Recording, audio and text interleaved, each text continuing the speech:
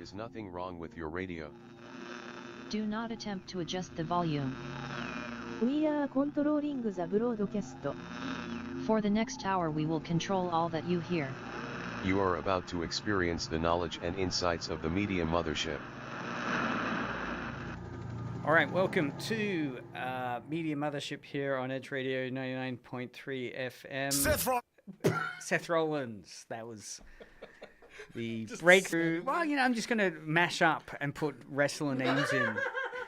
I'm okay with that. I mean, Seth Rollins is a good person to start with. It is. Unfortunately, he's not in the studio.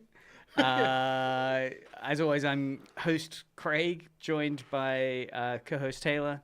Hey. Special guest Marcus. What's up? And we're breaking down SummerSlam 2025 and various major events recently in the world of WWE as well, right? We'll get around to Hulk Hogan maybe, and the rest will be a surprise as Marcus's mind wanders. John Cena. We can't see him. Let's start with overall thoughts of what you thought of SummerSlam 25. What is it? Is it a really key moment in the wrestling calendar? SummerSlam is considered the second most important premium live event of the year by WWE after WrestleMania. Some people actually call it Hot WrestleMania because WrestleMania is on during early spring and SummerSlam is on during late summer. Yes. Over there, obviously, not over here. It's called the biggest party of the summer, and when my friends and I watched it, we were all rugged up in hoodies and puffer jackets. It was pretty good. It was the first ever two-night SummerSlam because usually a premium live event only goes for one night, but because the roster that WWE has right now is really stacked, and Triple H, who does the booking, doesn't like doing 5-minute throwaway matches. They have to, because most of the matches will go for around at least 10 minutes. The main event of night 2 this year went for well over 35 minutes. And is that long? The main event was considered one of like a great match, 35 minutes. Oh, people thought this was great. So the main event of SummerSlam 2025 was John Cena versus Cody Rhodes 2. Their first match was at WrestleMania, and it wasn't very good because it's John Cena's retirement year. It's his final year as a wrestler. He turned heel, which means he became a villain at the start of the year because that's something he hasn't done in over 20 years, and he wanted to do that before he retired. And it was just a very odd run and had some very mediocre matches. Yes, right, because it's, so as you were saying, it's come to an end now, right? That heel run. Yeah, and there was no great moment where he did a really heroic action. He just came out on SmackDown one day, said he didn't want to be a bad guy anymore, and literally that was it. And yeah, it's a really awkward promo because Cody's in the ring, who is the main guy right now. He lost the championship to Cena, and he got it at WrestleMania, got it back at SummerSlam. But Cena comes out, has this long and rambling monologue about how someone pressured me into turning evil because he thought it would be good TV. The Rock, Dwayne Johnson, who influenced a lot of the storylines up until sort of March of this year and then just vanished without a trace. Is there a reason why he's vanished? Is there much speculation as to what went down there? Two things. One is that Dwayne Johnson obviously has a really loaded schedule because not only is he an actor, but he also runs multiple businesses and he runs his own production company. And as Marco Pierre White once said, you cannot criticize a man for going to work. But Marco Pierre White. It's a good quote. It is a good quote. But also, so the chief content officer, Triple H, who does the booking of WWE right now, he and The Rock don't get along. They haven't gotten along for the 30 years they've known each other. They're not friends. They don't enjoy working together. And now that Triple H is the main guy in head of creative and Dwayne Johnson's on the board of directors, they clash. And I think The Rock just took his ball and went home. Yeah, right. So the sense is that part of John Cena's heel babyface move now is that this is an indication that The Rock's influence is gone. Gone. Thank goodness, because it was everyone keeps waiting for him to turn up, and there's no word from him. They haven't even mentioned him. Right. But the rematch was really good, and it actually starts out with a really brilliant and subtle bit of storytelling, because the basis of Cena's heel turn was that he was going to ruin wrestling, and so instead of the regular like red, white, and blue lights and the caricature of him saluting that comes up on the big screen when he does his entrance, for the heel run it was just black screen, white text, John Cena, to indicate he's not messing around. But when he made his entrance at SummerSlam, it starts with the black background, the white text, and then boom, the lights come up. It's red, white, and blue. There's the caricature of him saluting, and the crowd absolutely exploded. They were so happy to have him as a good guy again. It caught everyone by surprise. It didn't catch everyone by surprise. I think that decision did, because people were sort of umming and ahhing after SmackDown, going, "Is this real, or is he actually going to be a good guy again?" But no, he's back as a good guy. And the rematch with Cody was excellent. It was a street fight, so no disqualifications, no countouts, only win by pinfall or submission. And it went for well over 35 minutes. They actually destroyed part of the ring trying to do damage to each other. There was no blood, which I thought was surprising. They had a really good brawl all throughout the audience that went through the backstage area. There's this brilliant part where there's an elevator that lifts Cody up as part of his entrance. Cena pounds on Cody, hoists him over his shoulders for his finishing move, the Attitude Adjustment, and then goes backstage and comes out of the elevator with Cody still over his shoulders and this demonic grin in his face. There's just a lot of really good camera movements and just a lot of really good character work as well. The body language between the guys was excellent. Cena's body language as a wrestler is one of his greatest assets, because for years and years and years, when he was doing his full-time run, the audience would chant at him, "You can't wrestle! You can't wrestle!" But the way that he carries himself in his body language and his facial expressions are really good at communicating character and telling a story. And that was really on display in the street fight. It still surprises me, the return to babyface happening so soon, because part of the excitement, I guess, for John Cena's departure was this dramatic shift into a bad guy, and that this was going to potentially... I mean, there were a lot of speculation as how big this could become. You know, could it mean that all the wrestling titles are going to get taken by Cena and they'll have to reset them or something? Or it would have been an interesting story for them to follow. He could have unified a bunch of the belts, but ultimately, you know, he's been a heel for 5 months. There's been a lot of discourse online about whether or not it's worked. If anyone's unfamiliar, wrestling is all scripted entertainment that presents itself as being... It's basically it's acknowledged as a work of fiction outside of the premium live events and the TV shows, but the TV shows and the premium live events still operate under that masquerade, which is called kayfabe. And ultimately, people are not buying it out of universe. They're not buying in and booing him. They're still cheering him. He was a heel for 5 months, and he's only got about 5 months left before he's gone forever. So. Because you had a couple of memes that were getting generated by the Cena heel turn. The little boy who was crestfallen but loved being... What was the story about the little boy, right? He was like at one of the events early on with Cena's heel turn. He was a kid in Brussels at the very front row wearing a John Cena t-shirt and John Cena hat, and it's just after the heel turn, and Cena calls him out as part of... Because he comes out and he goes, "I've been in an abusive relationship with all of you people," and he singles the kid out, and then there's just a shot of the kid with his mouth hanging open and just staring like a deer in the headlights. Right. And they actually found the kid and interviewed him afterwards. He was like, "Look, I'm aware that this is all scripted. I thought it was really cool that he involved me in the story." And again, yeah, so it was this sense of really generating it. It's a huge impact. And again, if you're listening out there, feel free to send us a message on 0488811707. We're talking with our special guest Marcus about the SummerSlam 2025. We have a message in on our Steam chat. Steam chat, No, my favorite messaging service. What is the chat? What is that an image of? I think that's YouTube. Yeah. Okay, YouTube chat. Steam chat. I have no idea. Are we playing a game by Big Boy Nady? Thanks, Big Boy Nady, listening in. He says, "Good evening, Dr. Craig, Tay." Yeah, that's okay, me. that's you. And special guest Marcus, listening whilst playing Cyberpunk. Well, wow. I think this will help. There's no wrestling in Cyberpunk 2077. No, there is. There's street fights in Cyberpunk. Oh, that's right. Yes, you can do street fighting. Yeah.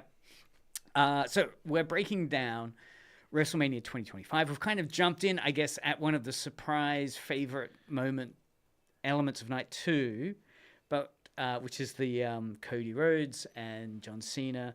They're both baby faces now. So what's the in-world explanation of two baby faces fighting each other? They were fighting over the Undisputed belt, which is Undisputed, seen as right. the most prestigious belt in the company, because Cody's still a full-timer and he wants the belt back because he went through so much to get it in universe and out of universe as well. And it was very much a case of he wanted it back. And there's a brilliant moment, and it's made clear throughout the fight that it's not personal. It's just who's going to be the real top dog. And there's a brilliant moment near the end where a big part of Cody's story in universe is he has to learn to be less soft and less forgiving. And there's a brilliant bit where and I've never seen this done before, he undoes one of the ring.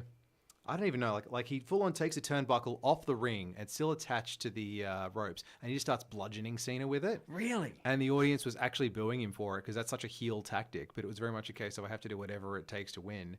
But there's a brilliant moment where he hits a bunch of his signature moves on Cena and realizes that he's about to pin Cena and put him down for good.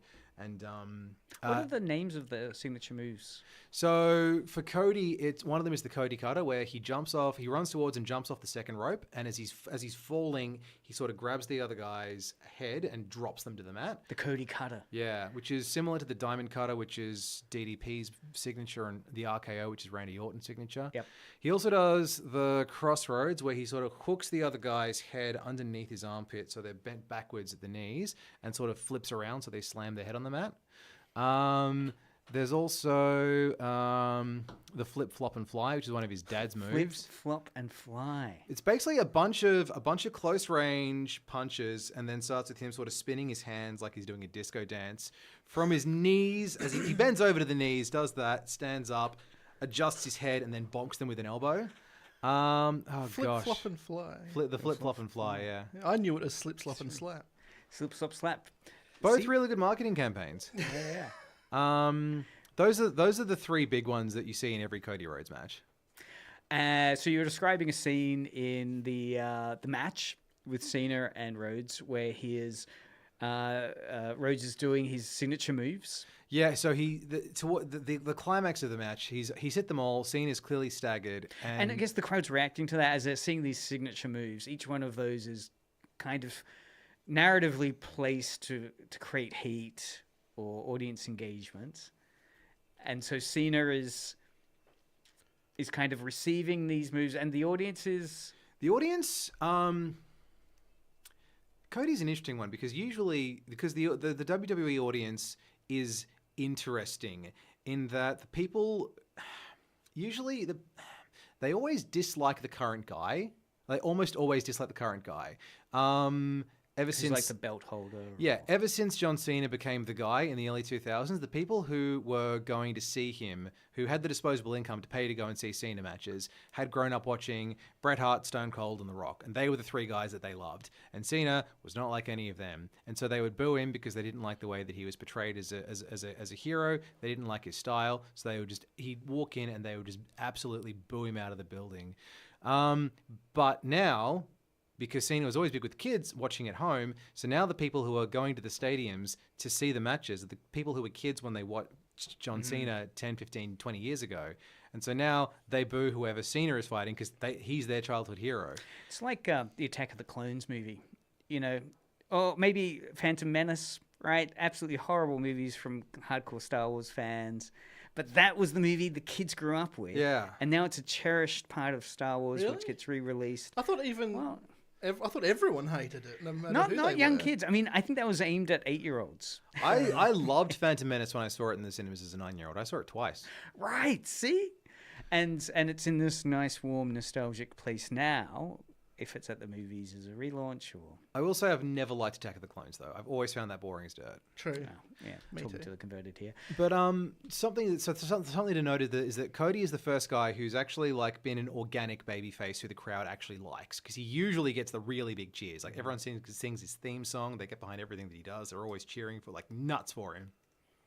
Because from sort of 2002 to him coming back in 2022, the main guys were people who Vince McMahon, the former owner, would just push. He just didn't care what the audience thought because he was a strange and odd dude. And we have something to say about him in a little bit.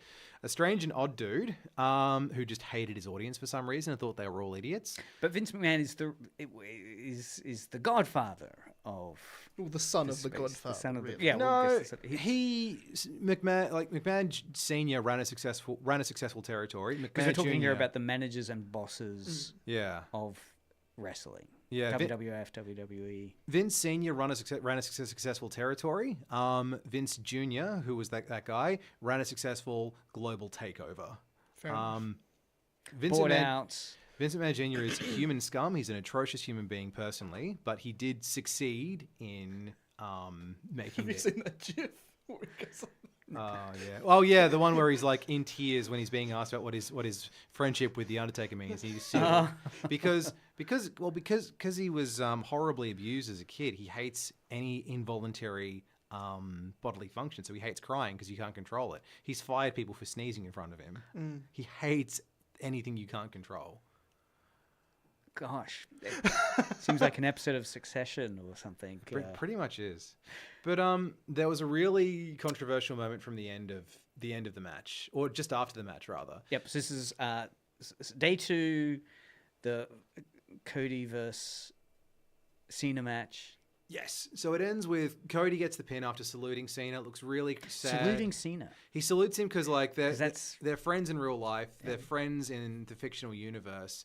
And it's like he wants his belt back, but he doesn't want to pin his friend. So he pins him. He gets the belt back. There's tears. They hug. Cena gives him the belt. Cena motions to Cody for the audience to applaud for him. Cody gets out of the ring and lets Cena have his moment. The audience is chanting, "Thank you, Cena." Oh, nice.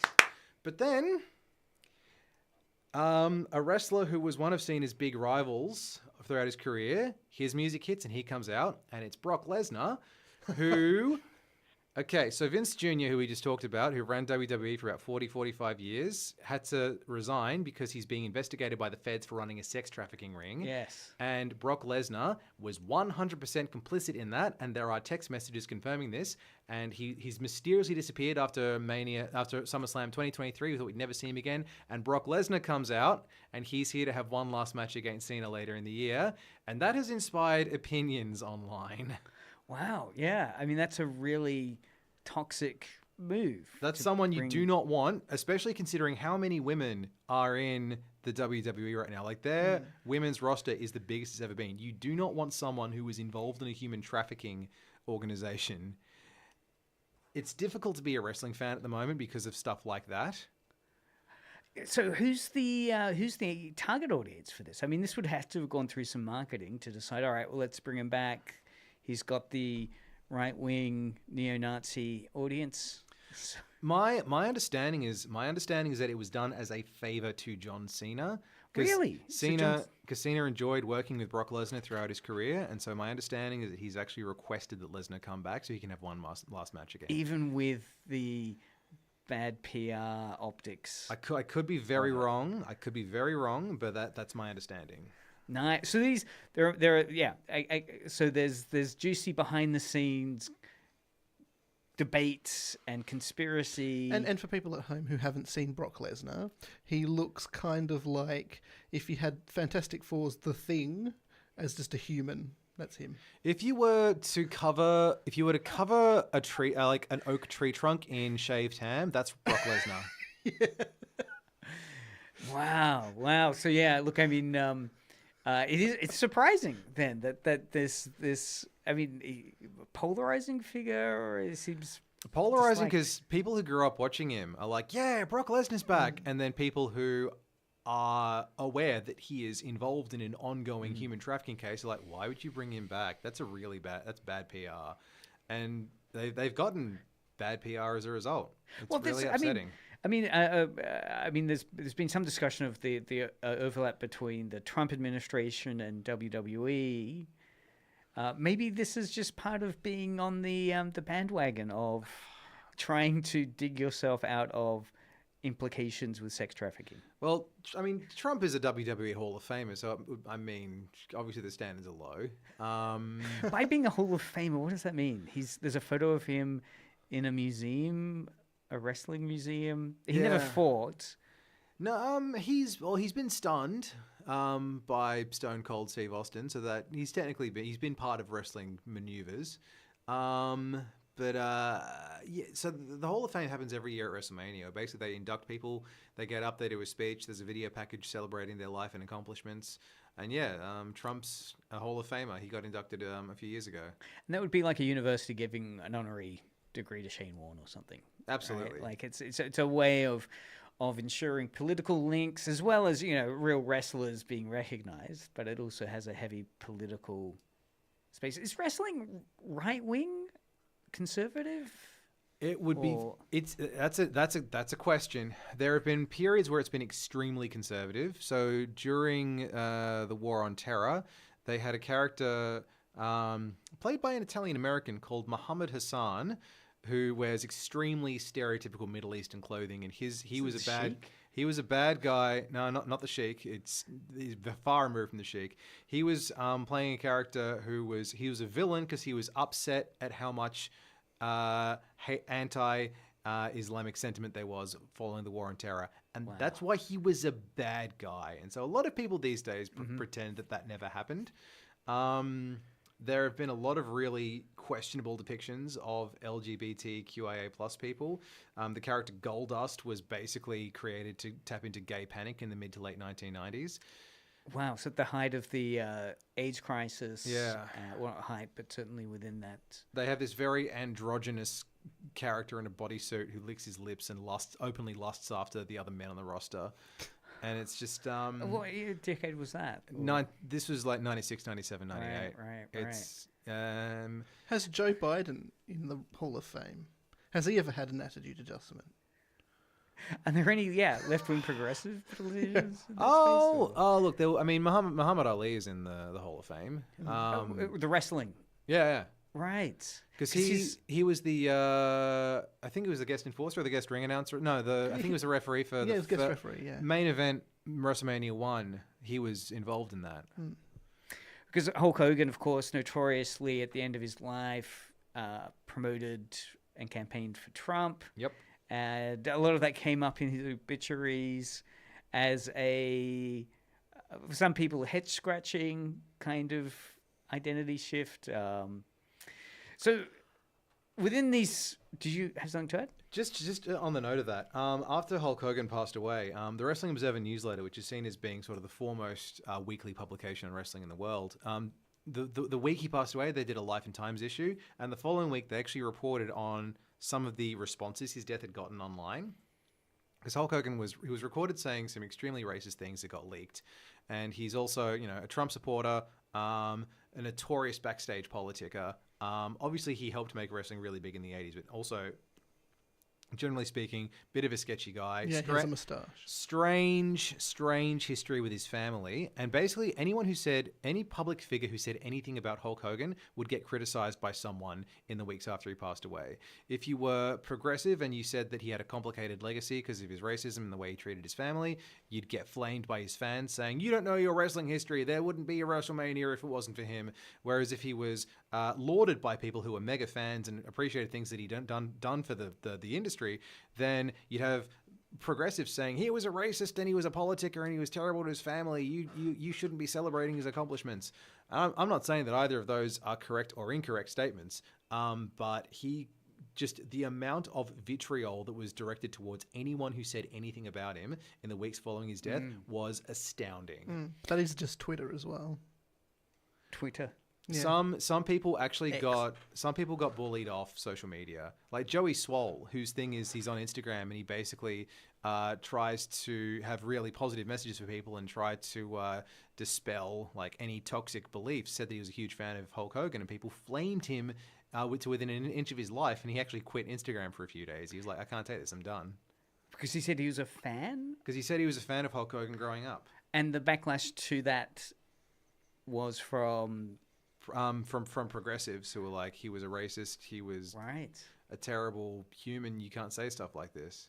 'Cause I guess one of the other aspects of Hulk Hogan's passing I'd forgotten about was his involvement in the Gorka scandal with the sex tape, and how that complete. I'd forgotten about the media systems that basically dismantled. The payout was huge. Yeah. I forget how many millions, It but was 115 million that the courts awarded to him. 115 million. I believe he settled for 32 million. because it was a defamation case, I Yeah. imagine, and it was because they'd used the sex footage that had leaked. I believe it was the footage of him saying how much he hates African Americans that got leaked. Oh, right, it was that.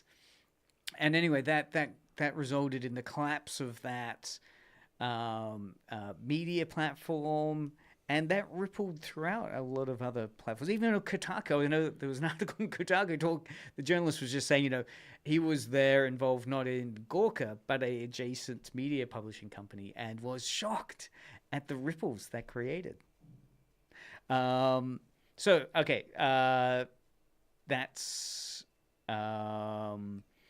Hulk Hogan. So storyline. So we've gone through a little bit of the storylines in terms of Cena.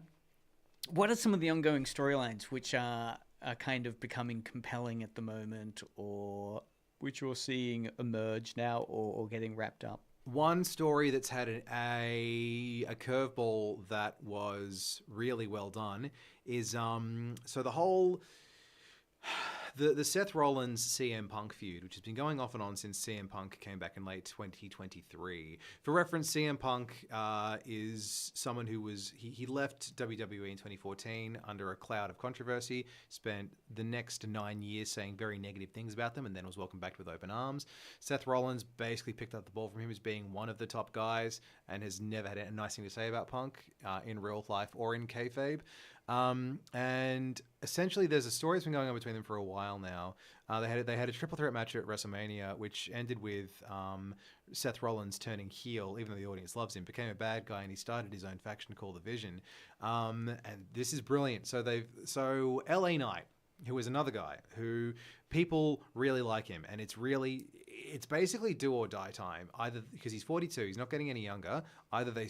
He's 40, sorry. Either they strap the rocket to him and make him one of the top guys, or he's going to flounder in the mid-card for forever. Because even though wrestling is premeditated, people only have so much time that they can be in the main event, and you've got to capitalize, because it's week to week. There is no off-season for wrestling. And he challenged Seth Rollins to a match at Saturday night's main event.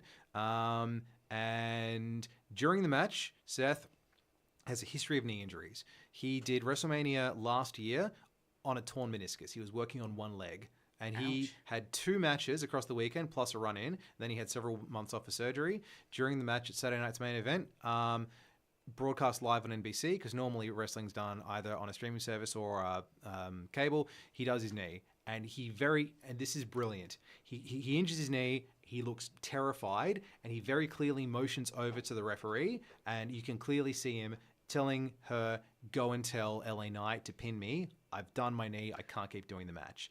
So he's called an audible. That's what that's called. Because if you can't continue with the match, you've got to communicate to the other person and say, "Here's what we have to do." And so Seth Rollins is then on crutches. There's word he's going to be out for 6 or 7 months. And here's the thing: Seth Rollins won Money in the Bank, which basically means that if you have the Money in the Bank briefcase, whenever you want, you can open it, and you can, if you pin the title, you can get an immediate title match, no matter where you are or when you are, and it's always done on TV, even though there's so many other hours in the week, because it's WWE and their universe is interesting. But essentially, so there was talk about how they're going to do this when he's going to be out until next year. And then there's a match at the night 1 main event is CM Punk, his rival, versus Gunther, der Ring General, whose thing is that he's Hitler. And Gunther has the World Heavyweight Championship, which is the main belt on Raw. It's the secondary world title of the promotion. And it's an exhausting match. Punk is on his knees, gassed for most of it. And it's clearly done in storyline that he's really exhausted fighting Gunther. And Gunther's only been pinned 3 times since he's come to WWE. and Punk basically makes him bleed for the first time. Sends him over the announcer's desk. Gunther comes back with his face covered in blood because he's done a really impressive blade job. Punk gets him back in the ring, pins him clean as a whistle. He's got the World Heavyweight Championship. It's his moment. And then Seth's theme music hits. Seth comes out on crutches, throws the crutches away, undoes his leg brace, prances around, pulls out his briefcase, sprints to the ring, pins Punk for the 1-2-3, and now Seth's the heavyweight champion.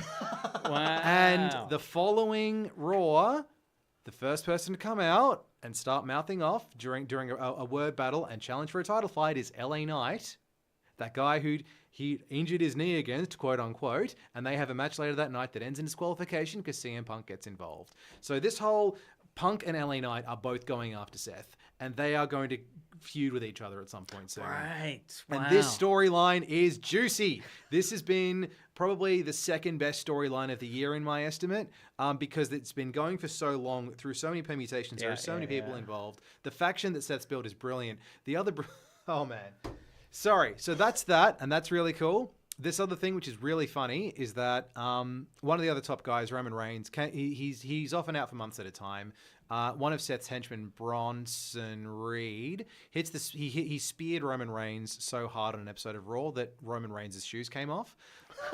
That means I think you've died. And then what he does is Bronson Reed, who's a villain, Roman Reigns is a good guy. Bronson Reed steals these really nice Air Jordans, ties the laces together, and he starts wearing them around his neck. And because Roman Reigns, he's Samoan, he was his role was his character was the tribal chief who's got this really nice red shell necklace called the Ula Fala. And so now Bronson Reed with these stolen shoes wears them around his neck, and they're the Shula Fala. And the audience chants that at him and everything, and it's brilliant. Crazy. And so just the fact that a pair of Air Jordans has become this massive symbol of disrespect is brilliant. And that would be a real surprise moment. Shoes flying off. And then the wrestler being able to improvise a totem out of that. I don't know if it was improvised or not, because people have been accidentally knocked out of their shoes before, so it wouldn't surprise me. But they had a tag match. Bronson Reed and Roman Reigns had a match against each other with other people involved at SummerSlam. That was also really good. A lot of comedy in that match. There's a lot of really good comedy in WWE right now. But the Punk Knight Rollins conflict coming out of Mania is one of the best ones. That was a really enjoyable moment, and especially because they had played this fake injury, because they're usually very clear. Right. They're usually very clear about what is fake and what is real. If someone this was playing as real, they were playing it as real because people have been injured and they've had to just stop matches this year. And there's one where I think it's Zoe Stark comes off a rope. The person she's called out to hasn't noticed her. She lands funny, her knee's pointing a different angle. That was against... And again, the wrestler would get the referee to help communicate. Yes. Thankfully, that was a triple threat match, so she left and the other two kept on brawling.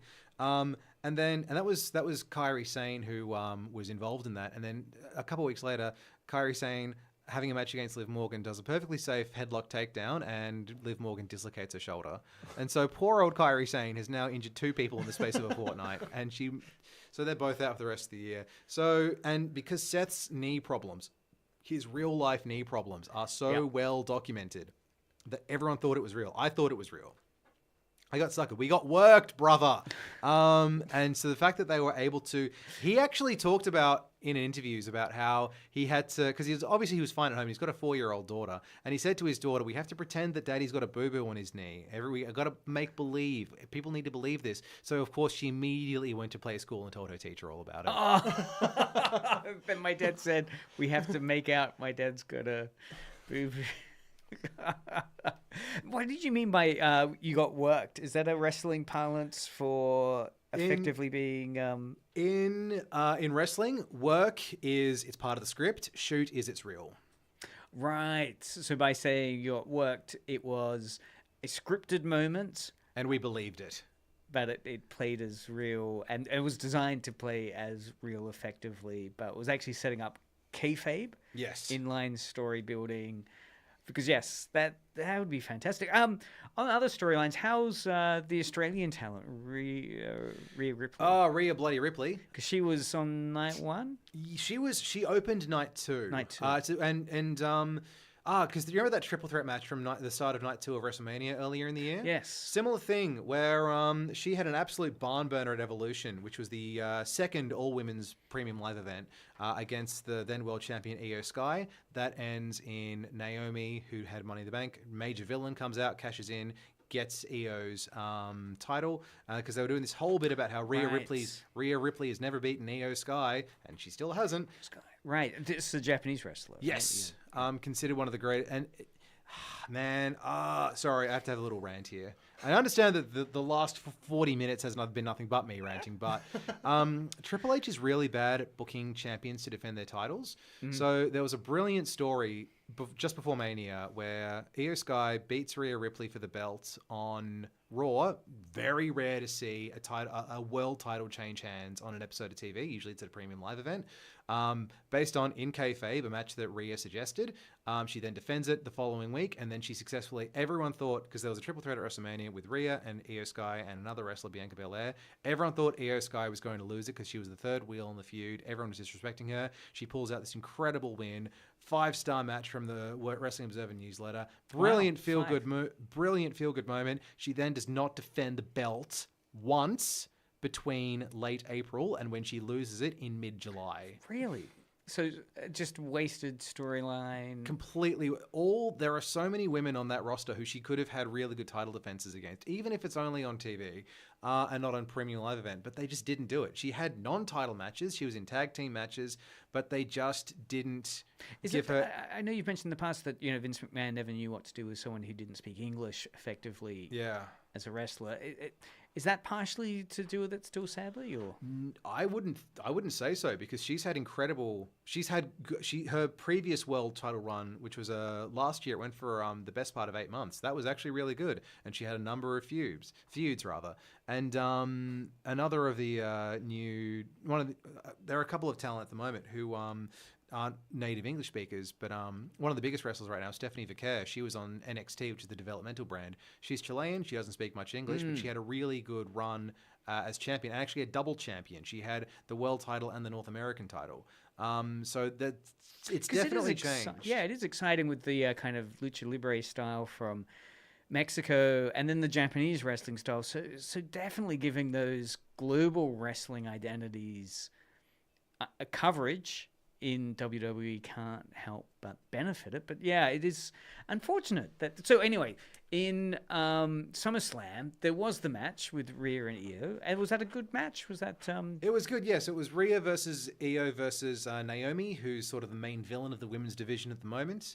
It was a good triple threat match. Naomi retained because she has a match against Stephanie Vicaire at Clash in Paris later this month. And if Stephanie Vicaire is a babyface, people really like her. If you were to have her go against Rhea Ripley, people would start to boo her. So she has to go against a mega heel so that people still like her. It's an interesting...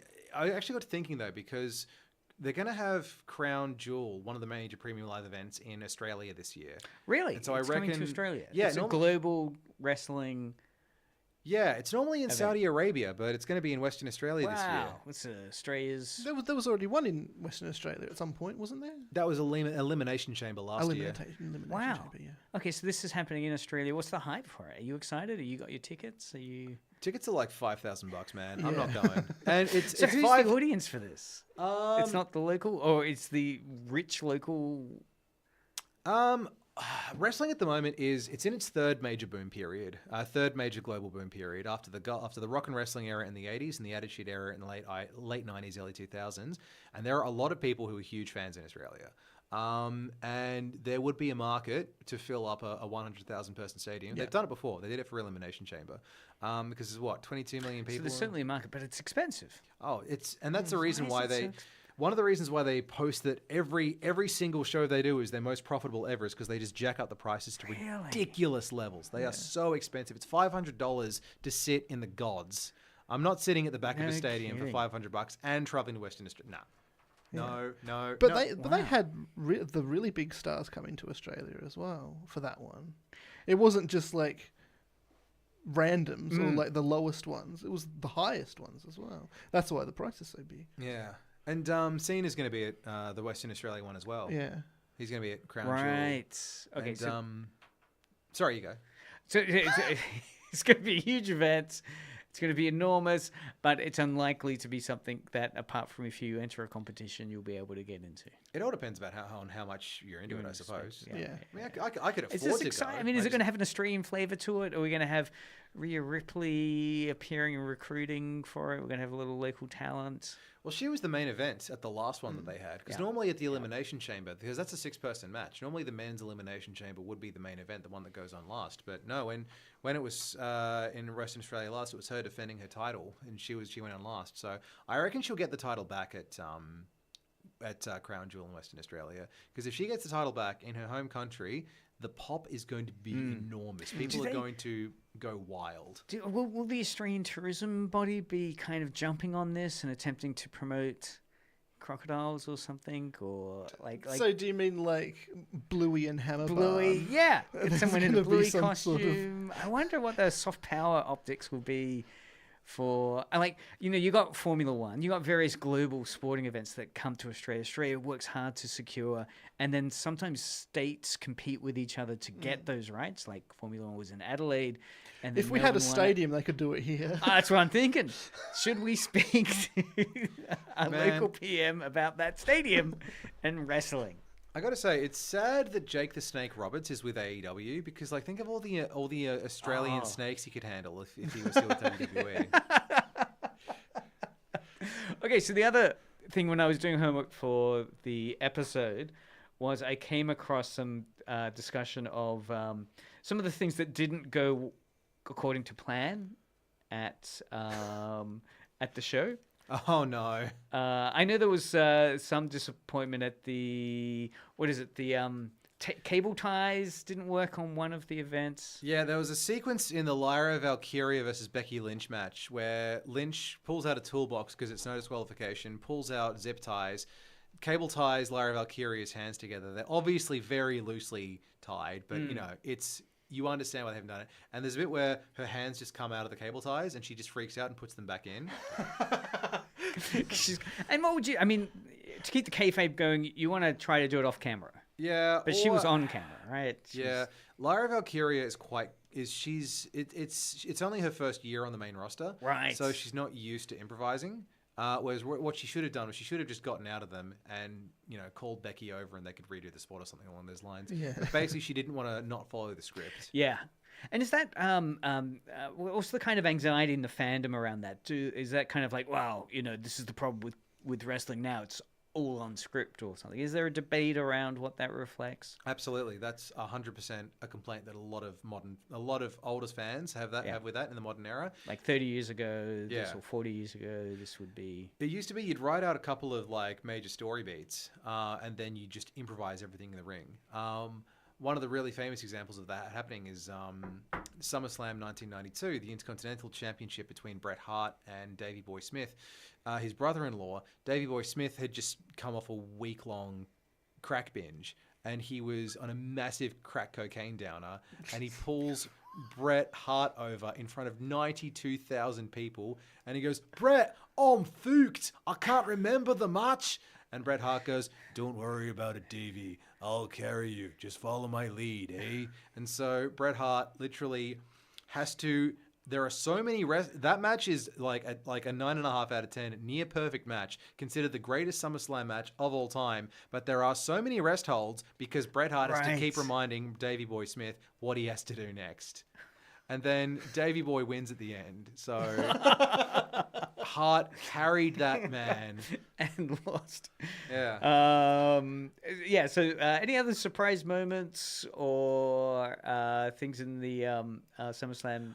There was one moment. So there's a wrestler, Karrion Kross, and his wife, Scarlett Bordeaux. Both of them have been on the roster for a while. They haven't really had too many matches recently because Karrion's basic thing is he's the corruptor.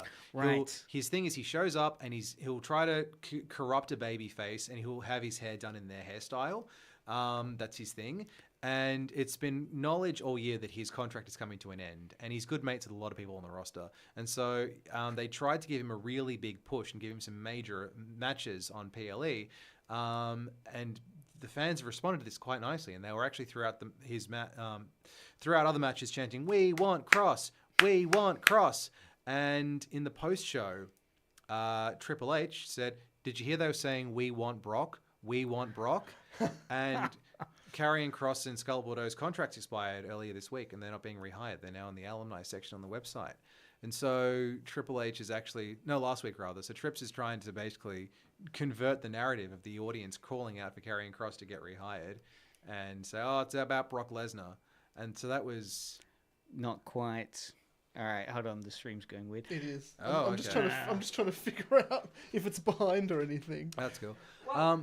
I'll tell you a surprise that I had. The Becky versus Valkyria match that we talked about just before, the women's intercontinental bout where the zip tie is not working.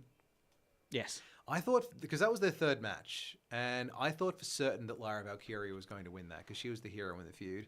Ooh, green screen. I'll put my laptop camera on. As I thought the entire feud, because she was the inaugural champion, they had a match. She beats Becky. They have a rematch. Becky beats her. So this is the third match after a triple threat match at Evolution, which had Bayley in it as well, who's the third member of this story, essentially. And I thought for certain, Lyra's got to win. Babyface comes out on top. Now, because she's very new, Becky's been around for a very long time. Surely she'll come out on top. She'll be a made woman, and then Becky Lynch won. I went, what? That I did not expect. So we have our bad guy wins ending, and Becky's going to continue to terrorize the rest of the women's division. I just thought, I did not expect that at all. So in terms of what's happening next in WWE, what's the next big thing that we should start getting ready for? Clash in Paris, 31st of August. And that's in Paris. Yes, which is really the 1st of September for us. So the confirmed matches thus far are John Cena versus Logan Paul. Really? Wow. Logan Paul? Nice. Logan Paul. I mean, he's fit, right? He's not there as a joke. He's pretty good at it, actually. The man is a superb performer. He's a great athlete.